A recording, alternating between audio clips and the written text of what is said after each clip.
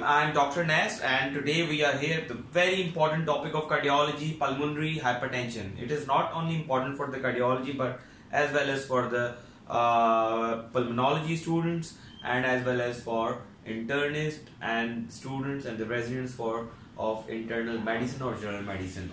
Even it is more important for like general practitioners because this is most likely neglecting topic in our daily routine, in our daily practice, in our daily clinics. So without wasting time, we will move towards our topic. First of all, I want to just make your concept about the pulmonary hypertension. What is a pulmonary hypertension?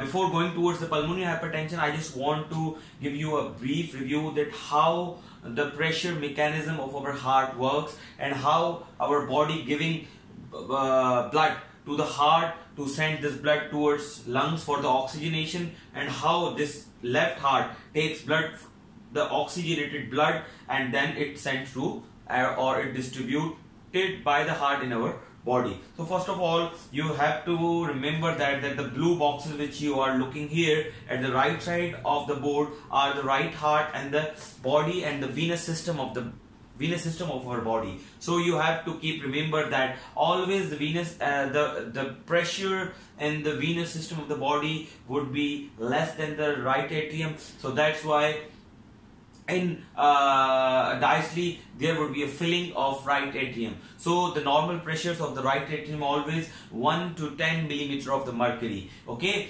but and this pressures of the right atrium would be the same pressures of the RV EDP, like RV and diastolic pressure. The diastole, in the diastole of the RV, the pressures of the right atrium and the right ventricle would remain same. But when right ventricle contracts and send blood toward from RV to lungs through pulmonary valve, then it generates the pressure of 15 to 30 millimeter of the mercury, and it sends blood to the lungs, and this blood fills the pulmonary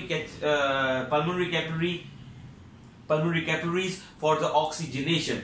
So the normal pressure of the pulmonary capillaries are the mean normal pulmonary capillary wedge pressure is 5 to 10 millimeter of the mercury, and the mean pulmonary arterial, like the arteries of the pulmonary, like the lungs, the pressure of arteries of the lungs, the mean pressure always remain 15 to 25 in normal bodies or in normal subjects.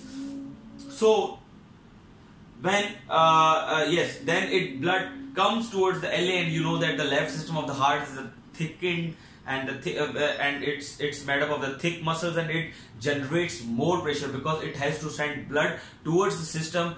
Okay, and in our body, in our arterial system of the body, there will always be the higher pressure of, like our body always maintain the blood pressure of 100, more than 100 in our normal subjects. So now come again here. So LA generate the 5 to 10 millimeter of mercury, and the diastole of the LV and the LA remain having the same pressures, like the LVDP would be the same as the LA, and the pressure of the LA would be same as roughly same as of the pulmonary capillary wedge pressure, and the pulmonary capillary wedge pressure would be roughly same than this diastole of the RV. So, okay, so and the LVDP obviously would be the same as it is. The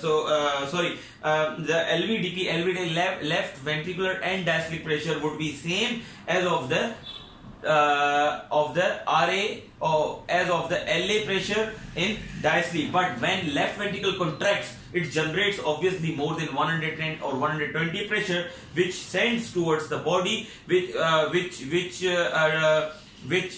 distributed these pressures generated by the LV sends blood from LV to the body, and that pressure obviously again sent to the body in the shape of blood So when aortic valve closes, then our body maintain and retains a blood pressure of more than 100. So this is actually the mechanism, the heart mechanism to take blood and send blood. Now we have to discuss here the pulmonary hypertension. So where the actually problem lies here, we have to discuss, we have to remember all these things, but there are three major parameters which decides that which type of the pulmonary hypertension is it, because pulmonary hypertension has a various types, and according to the DANA and the WHO classification of the pulmonary hypertension, it has been divided into the 5 classes, and each class, each variant has different mechanism and the different treatment. So we need to understand that classification first. So simple, what is a pulmonary hypertension? Anything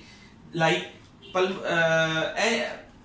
pressure because of any reason in pulmonary artery.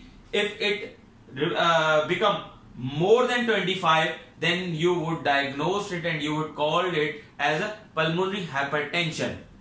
So this would simply be the pulmonary hypertension. It would not be the pulmonary artery hypertension or pulmonary venous hypertension. Okay, so the pulmonary, if the